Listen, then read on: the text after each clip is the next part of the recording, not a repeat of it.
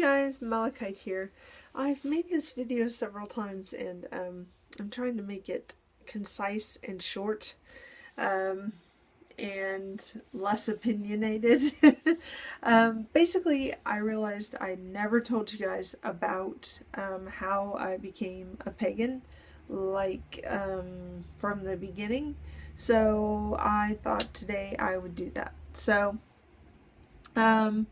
I was raised in Oklahoma and still live in Oklahoma. And anyone that basically knows anything about Oklahoma, you know it's the buckle of the Bible Belt. And if you throw a stone, you'll hit a church. And that is the truth. You will hit a church. They're everywhere. I mean, every single corner almost of a stoplight, there's a church. Any kind of church you could want. Baptist, Presbyterian, Church of God, Church of Christ, Unitarian. We've only got a couple of those. Any of them. Doesn't matter what you want. We got it. I did not grow up in a Christian household. I grew up in a Okie household, which is basically a household where you hear, oh, thank God, or someone was looking out for you, or you got an angel on your shoulder, those things. Not really any talk about Jesus or being saved or any of that stuff. As a matter of fact, my grandma got downright pissed when I went to a vacation Bible school up the street and they told me I had to be saved in order to get to heaven.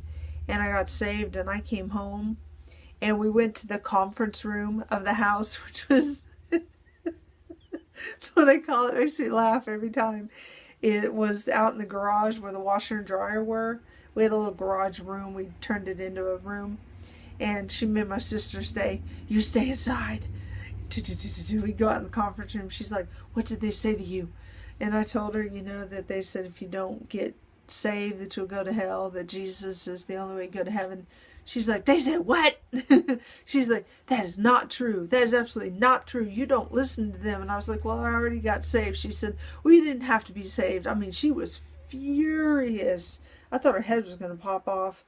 So, yeah, she didn't believe like that. She still doesn't believe like that. Neither does my dad. So, as you can see, not really a Christian household. But we were allowed to go to church. We were allowed to go to vacation Bible school if we chose to. I was allowed to be saved if I chose to. But it was then explained to me that as my grandmother's head spinned, that was a complete lie and I didn't have to do that. It's one of my favorite memories in the conference room with the...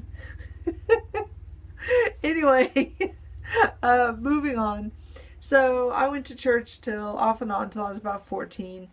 Then I stopped going to church because I got into the Beatles and I just started questioning everything. And things in the Bible just started contradicting themselves and I just couldn't deal with it. I mean, church was mostly a social thing in high school where I grew up. But I just couldn't stomach it. So I left and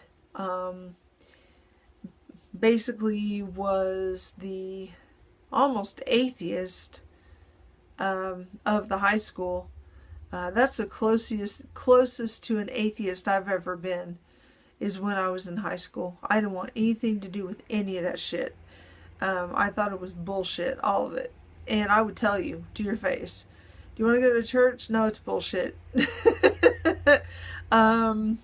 I didn't want anything to do with any of it. All my friends were Christians, and I was totally fine with that. And they were fine with me being the way I was. So it worked out. But anyway, so let's see. Fast forward to where I was like about 19. I was really into Lord of the Rings, anything Arthurian legend. And I got into the Morgan Llewellyn books, and that's where my interest in the Morgan first started, in the book called Red Branch. And I think I've mentioned that before, because that book is based on the Ulster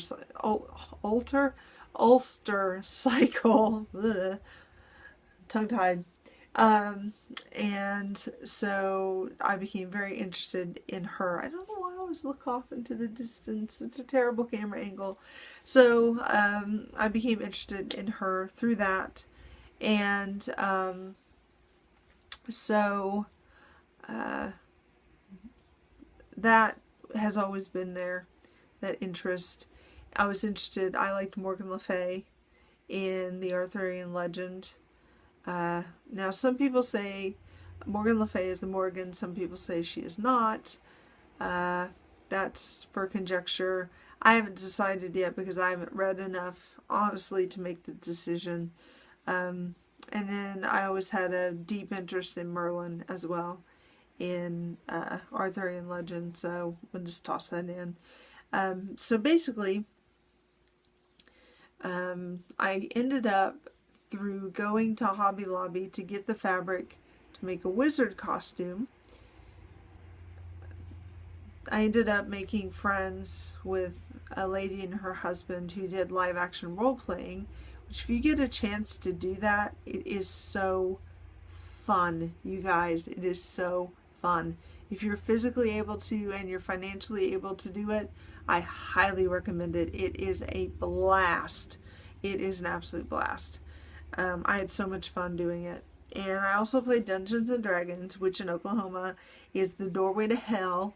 Oh my God, it's the doorway to hell. You are going to go to hell and see Satan, and he'll be rolling 20-sided dice on a board with figures, because apparently that's what they do in hell, is play Dungeons and Dragons.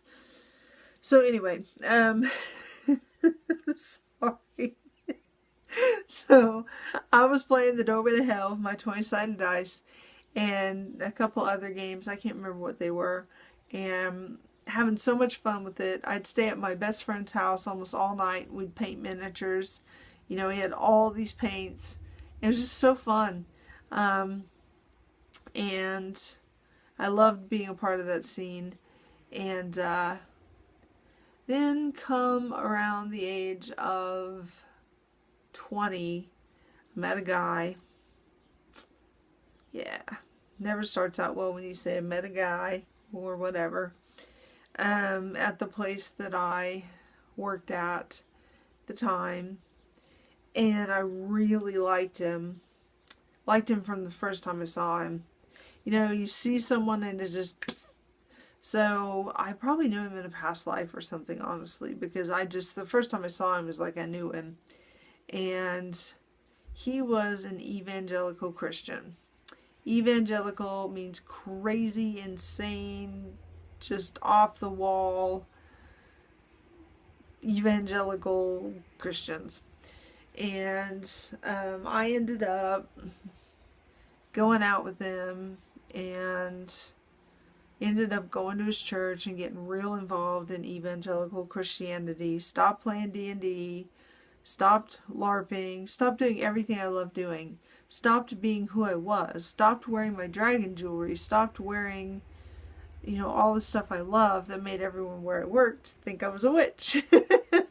Which I was like, someone told, one of my friends from high school's mom worked there, and she said, everyone thinks you're a witch. Do you know that? And I was like, so? I'm not. She's like, well, I know, but they think you are. And I'm like, well, I'm not going to quit wearing my stuff. But anyway, it's neither here nor there. But he, not him, but that church was extremely controlling. And evangelical Christianity is a cult, and that's all I'm going to say, because I will go off if I say anything else. So I ended up being involved in that church and being very unhealthy for off and on for about 10 years before I got out of it. And there were different churches that I went to because we moved.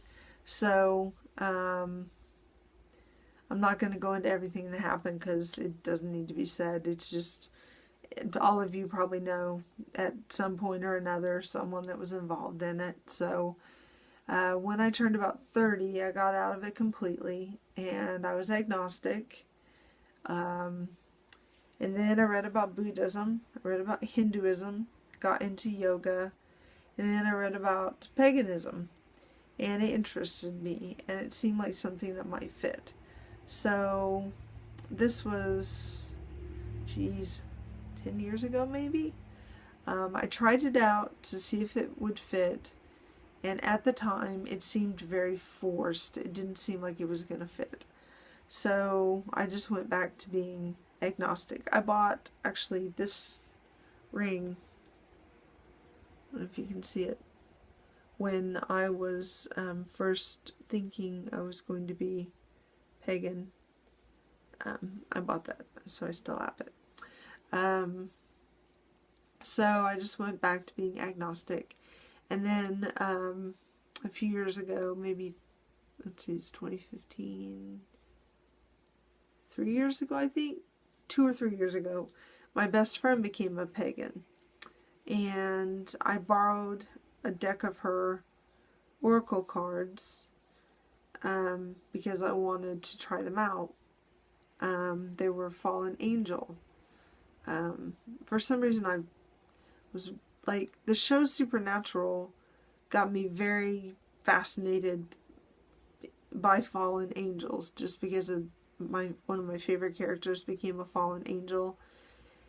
Things don't happen by accident sometimes. I know that's a fictional character, but I became interested in fallen angels, so I wanted to see these cards and read them. And I had a deck of tarot cards that I had thrown away years before, and I'd had readings done for me, so I wanted to mess with them, so I did, and they really felt right when I was using them. And so that's the first oracle deck I used in a long time. And if you do the pajamas and readings today, I actually use that deck. So she let me keep it because she said it never bonded with her, and that thing just, that deck and I love that deck. I love it a lot. I hope to have a working space someday where I can actually leave it out, because in its bag, because I would like to have that one out. So anyway, that kind of led down the road to learning about incarnate angels and things like that. I don't know how any of you feel about those things. I'm not sure how I feel about those things, but it was interesting to study, and led into me learning more about paganism, and in the end led to me following the Morrigan and becoming a pagan, and I am where I am, and I'm extremely happy with it. I love being a pagan. I think it is the best thing that has ever happened to me. I feel like I am on the right path, and I love it. I love that I'm going to be on a witchy path now too, and be a witch, and that somehow I'm going to get a working altar. Even if I don't move, I will figure out a way to do something to have a working altar so that I can start from the beginning and do some workings. I'm excited about that. I'm excited about learning, and I'm just really happy with where I'm at. I love working with divination. I love working with the tarot cards. I have some pendulums. I like working with those. So eventually I'd like to try scrying as well. I like that side of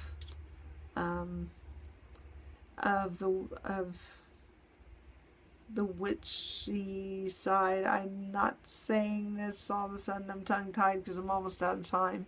Anyway, so that's basically how I got here. I was hacking through the bushes, and I'm happy exactly where I'm at, and I feel like I'm my true self again, and that is a good feeling. I wouldn't trade going through any of that for the world, because it made me who I am today, and that to me is very, very important. So if you watch this, thank you for watching. If you like my channel, it's going to have lots of changes going and coming because it's new, but anyway, if you like it, like and subscribe, and blessed be. Bye guys.